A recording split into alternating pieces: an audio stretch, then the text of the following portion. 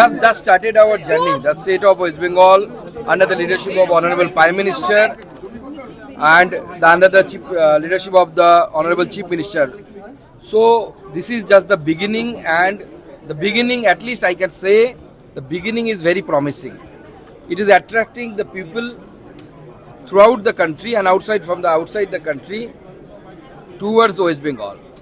Because as I mentioned in my speech, in 1961, the contribution of West Bengal was 10.5% in GDP, in India's GDP. But now we have declined up to 5.6. So this is the present situation. And now we have lot of works to do. And under the leadership of Honorable CM, the West Bengal is doing this kind of filling the gaps, that kind of work, and we are trying to make up all the lacunas. And the most important thing is that under the previous regime, the lots of corruption happened, especially during the recruitment procedure. As a result, the confidence of the youth, that has been, decreased.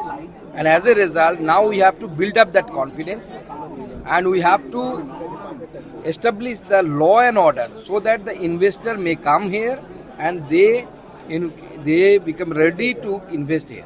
So that is the most important thing. And ICC organized this function at the very important time junction, because and Honorable Finance Minister was also present. So it's a good beginning, I feel.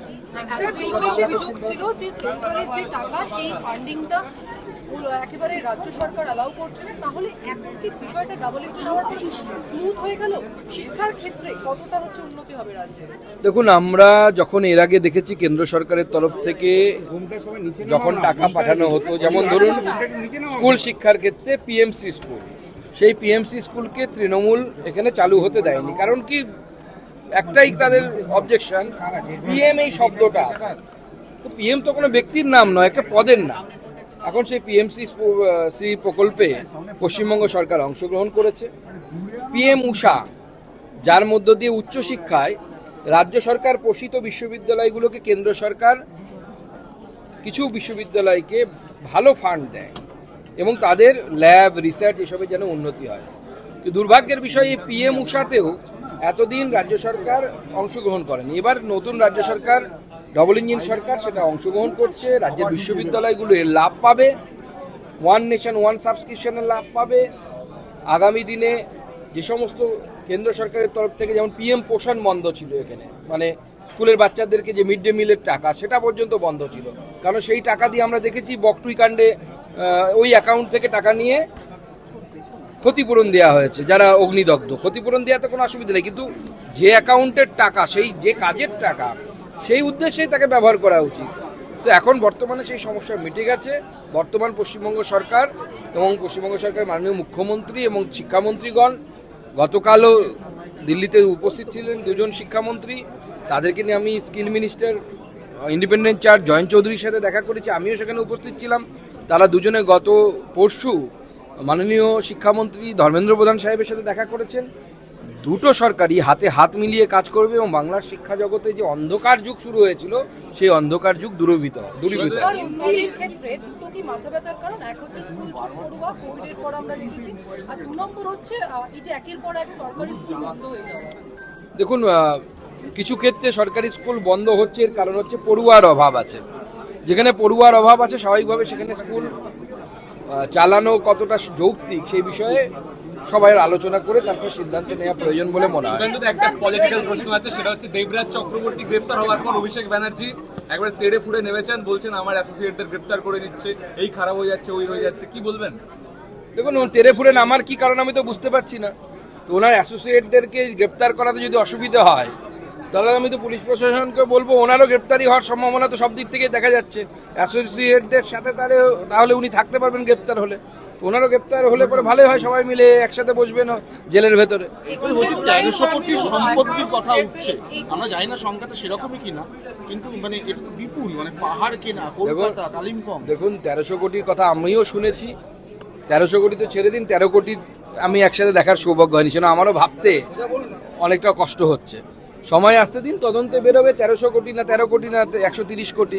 কিন্তু যদি যেটা শোনা যাচ্ছে এবং আমাদের বিধায়কও বলছেন ওখানকার, এটা যদি সত্যি হয় তাহলে পরে সত্যি চিন্তার বিষয় যে রাজনীতি কি এই জায়গায় পৌঁছে গেছে, বা তৃণমূল আমলে রাজনীতিটাকে কি এই জায়গায় পৌঁছে দেওয়া হয়েছিল যেন রাজনীতি যেন তেন প্রকারেরও পয়সা রোজগারেরই পথ, অন্য কোনো কিছুর পথ না। 21শে জুলাইয়ের মঞ্চ এবং সেখানে হাইকোর্টের অবমান অভিযোগ, তার জন্য হলফনামা জমা দিতে বলা হলো মমতা বন্দ্যোপাধ্যায় এবং অভিষেক বন্দ্যোপাধ্যায়। মানে আগের সরকার সেটা করেনি, যা যা নিয়ম মানা উচিত ছিল সেটা মানা হয়নি 21শে জুলাইয়ের মঞ্চের ক্ষেত্রে, এবং অ্যাম্বুলেন্সের রাস্তা খুলে রাখা তার জন্য হলফনামা। না, সেই সময় কোর্টের মহামান্য আদালতের যে নির্দেশাবলী, সেই নির্দেশাবলী যদি মানা না হয় তাহলে পরে অবশ্যই বর্তমান সময়ে আমাদের যে সরকার তৈরি হয়েছে, এই সরকার আইন কানুন মেনে চলা সরকার, কোর্টকে মানা সরকার, সংবিধানকে মানা সরকার। আমাদের সরকার তৃণমূল কংগ্রেসের সেই যে দৌরাত্ম্য বা তৃণমূল কংগ্রেসের সেই যে দাদাগিরি, এই দাদাগিরিকে তো মেনে নেবেন। আমরা কারো দাদাগিরিকে মেনে নেব না। বিজেপির নেতাদেরও দাদাগিরি চলবে না, অন্য নেতাদেরও দাদাগিরি চলবে না। তো স্বাভাবিকভাবে জমা দিতে হবে, তাদেরকে হলফনামা দিতে হবে, কেন মানেনি, কি মেনেছে, কতটা মানেননি তারা সেই সময়। এখন জবাব তো দিতে হবে, এবং এটাই মনে রাখার বিষয়, রাজনীতিতে একদিন না একদিন জবাব মানুষকে দিতে হয়। বিধানসভা বিক্ষুব্ধ তৃণমূল তারা ডিমান্ড করছে, বলছে এই দেবরাজের টাকার ভাগ যেটা অভিষেক ব্যানার্জির কাছে যেত। কি বলবেন? বিক্ষুব্ধ তৃণমূল তারাই বলছে এখন। দেখুন, 1300 কোটি না 1500 কোটি এনার সম্পত্তি শোনা যাচ্ছে। দেখুন, এই সম্পত্তি আমার যেটা মনে হয়, যদি এই পরিমাণ বিপুল সম্পত্তি থাকে তাহলে এই সম্পত্তি শুধু দেবরাজের সম্পত্তি না, এর মধ্যে অভিষেক বন্দ্যোপাধ্যায়েরও কিছু সম্পত্তি আছে ওর নামে করা বা ওনার স্ত্রীর নামে করা। এই সবই তদন্ত হওয়া উচিত। কারণ আমরা বিভিন্ন সময় দেখেছি, সে কালীঘাটের কাকুর সেই অডিও রেকর্ডিং হোক বা অন্য কোনো ক্ষেত্রে হোক, বারবার অভিষেক বন্দ্যোপাধ্যায়ের নাম এসেছে, এবং বারবার অভিষেক বন্দ্যোপাধ্যায়ের নাম এসে এটা প্রমাণিত হয়ে গেছে যে উনি নৈবেদ্য ছাড়া খুশি হন না। তো সব ক্ষেত্রে নৈবেদ্য ওনার চায়। তো স্বাভাবিকভাবে ও দেবরাজ এত কিছু করেছে, সে নৈবেদ্য পাঠায়নি ওখানে, সেটা তো হতে পারে না। সরকার সিদ্ধান্ত নিলে জানাবেন। বিধানসভার যখন লড়াই আপনারা করছিলেন, তখন কি ভেবেছিলেন 2 মাস আপনারা জেতার পর এই তৃণমূলের দুই পক্ষ প্রতিকার তহবিল নিয়ে আমরা টানাটানি করবে, 6 তারিখের মধ্যে সবাইকে স্পিকারের আপনারা ভুলে গেছেন, আমার বহু ভাষণ আছে, রিক্যাপ করে দেখে নিন। আমি বলেছিলাম যে পুলিশ না থাকলে 15 মিনিটও তৃণমূল পার্টি অফিস খোলা থাকবে না। তৃণমূল তো আমাকেও ভুল প্রমাণিত করে দিল। 15 মিনিট কেন, 15 সেকেন্ড লাগেনি।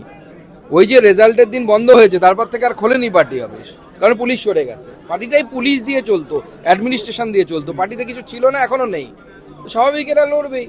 এখন ওদের মুসল পর্ব চলছে, ধ্বংস হবে। কথাই